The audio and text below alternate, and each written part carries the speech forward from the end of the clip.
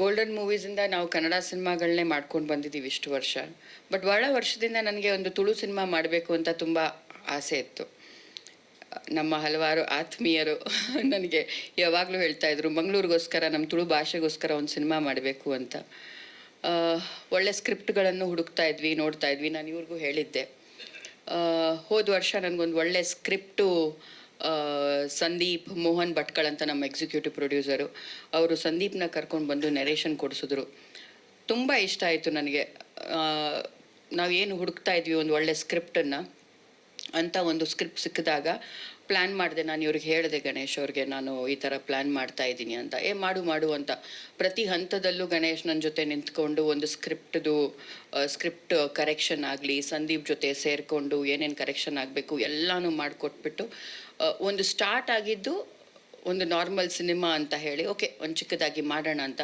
But ಈ ಮಟ್ಟಿಗೆ ಹೋಗುತ್ತೆ, ಒಂದು ನಾವು ಕಾಶ್ಮೀರೆಲ್ಲ ಹೋಗಿ ಶೂಟ್ ಮಾಡ್ತೀವಿ, ಈ ಥರ ಸಿಂಗರ್ಸ್ಗಳನ್ನೆಲ್ಲ ಕರ್ಕೊಂಡು ಬಂದು ಹಾಡಿಸ್ತೀವಿ ಅಂತ ನಾನು ನಿಜವಾಗ್ಲೂ ಅಂದ್ಕೊಂಡಿರಲಿಲ್ಲ. ಅಲ್ಲ ನಿಮ್ಮಿಂದಾನೇ ಆಗಿದ್ದು, ಡೋಂಟ್ ವರಿ ಅದೆಲ್ಲ. ಯಾಕಂಗೆ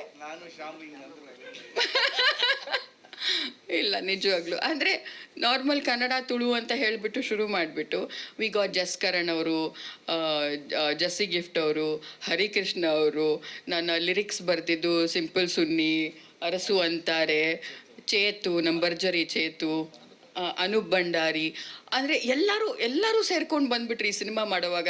ನನಗೆ ಅದು ಒಂದು ದೊಡ್ಡ ಸಪೋರ್ಟ್ ಸಿಕ್ಕಿದಂಗೆ ಆಯಿತು. ಅಫ್ಕೋರ್ಸ್ ಗಣೇಶ್ ಅವರಿಂದ ಅದೆಲ್ಲ ಆಯಿತು.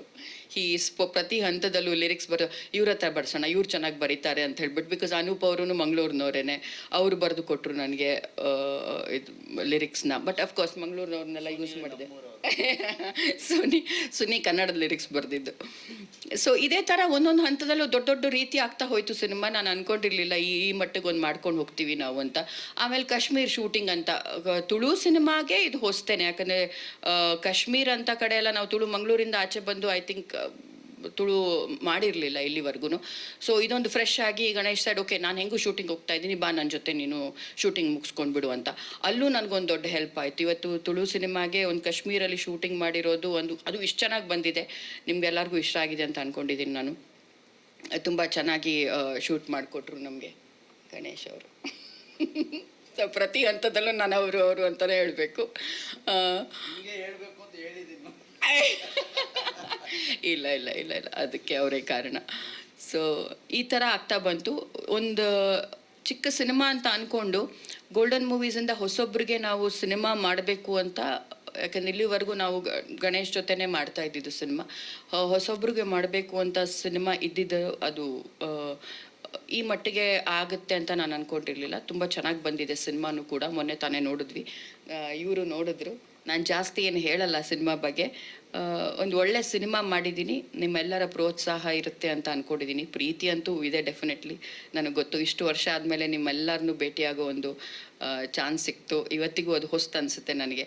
ಪ್ರತಿ ಆಫ್ಟರ್ ಮಳೆಯಲ್ಲಿ ಜೊತೆಲಿ ಕೂಲ್ ಎಲ್ಲರೂ ಹಾಗೆ ಕಾಣಿಸ್ತಾ ಇದ್ದಾರೆ ಅಂತೆಲ್ಲ ನಮ್ಮ ಅಲ್ವಾ. ಗೀತಾ ನಂತರ ಪ್ರೆಸ್ ಮೀಟಿಗೆ ಅಂತ ನಾನು I personally ಇಂಟ್ರಾಕ್ಟೆಡ್ with every one. ತುಂಬ ಖುಷಿ ಆಯಿತು ನಿಮ್ಮೆಲ್ಲರನ್ನೂ ನೋಡಿ. ಥ್ಯಾಂಕ್ ಯು ಸೋ ಮಚ್ ಎಲ್ಲರೂ ಬಂದಿದ್ದಕ್ಕೆ. That's it.